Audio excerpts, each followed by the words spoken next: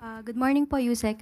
Ma'am, in relation doon sa 20 pesos na bigas, may we just get your reaction on the statement made by VP Sara na this move is just another election promise to boost the chances of the Marcos administration senatorial candidates na manalo po sa eleksyon.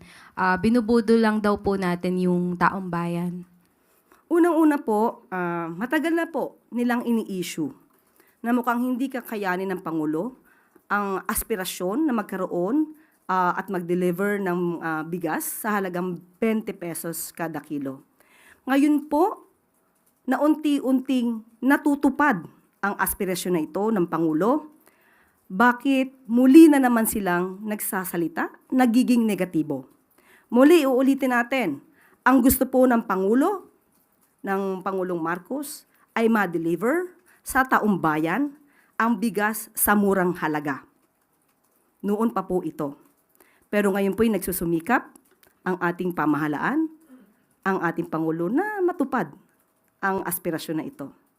Sana po sa mga leader, ang tunay na leader at tunay na Pilipino ay dapat sumusuporta sa kapwa Pilipino, lalong-lalo na sa pinuno ng bansa.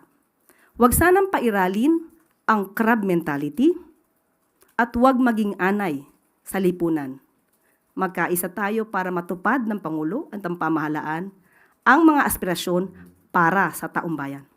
Pero ma'am, why did the government choose Visayas po? Kasi yung isa rin niyang sinasabi, given na vote-rich region yung Visayas, kaya ito raw yung pinili. Ano po yung basehan ng government kung bakit Visayas? Unang-una po, na sabi po sa atin, ni Secretary Kiko Laurel, na kaya po Visayas, unang-una po, maraming stocks po ang NFA sa nasabing lugar at sila po ang naunang magsabi ng pakikipag-cooperate sa Pangulo sa pagbibigay po ng subsidiya.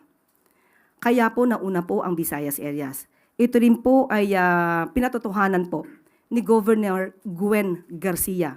So bakit naman po natin haharangin ang magandang adhikain na ito, ang magandang goal na ito ng Pangulo na makapagbigay ng murang bigas at sa pangunguna po ito sa Visayas areas. Huwag po natin harangin, huwag po natin pagbawalan yung mga taong bayan na bumili ng murang bigas. Ito po ay muli para sa taong bayan, huwag natin mahayaang magutom ang taong bayan.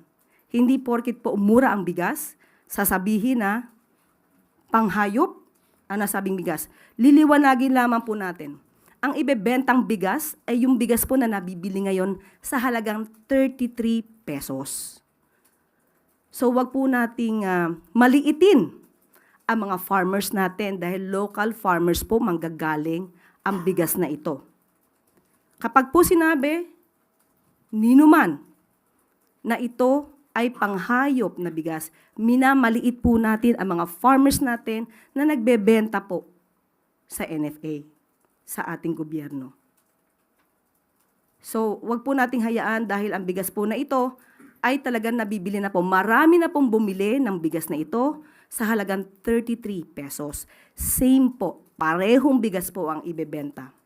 At ang sabi nga po natin dito, kung sinasabi po niya na huwag magpabudol, tama po na huwag magpabudol dahil maaaring magamit na naman ito at masabotahin ng mga fake news peddlers, magpanggap na buyers at ipapakitang hindi maganda ang bigas. Tandaan natin, ito pong bigas na ibebenta sa halagang 20 pesos ay yung parehong bigas na ibinebenta sa halagang 33 pesos. Ma'am, last na lang po on my part. Ma'am, paano po yung budget nito? Sufficient naman po ba para ma-sustain? And kasi tinatarget natin na hanggang 2028 na rin po yung implementation. Sa ngayon po ay aabot po at ang nais po ng Pangulo para sa susunod na taon ay mabigyan po ng budget ang programang ito para sa taong bayan. Thank you, ma'am.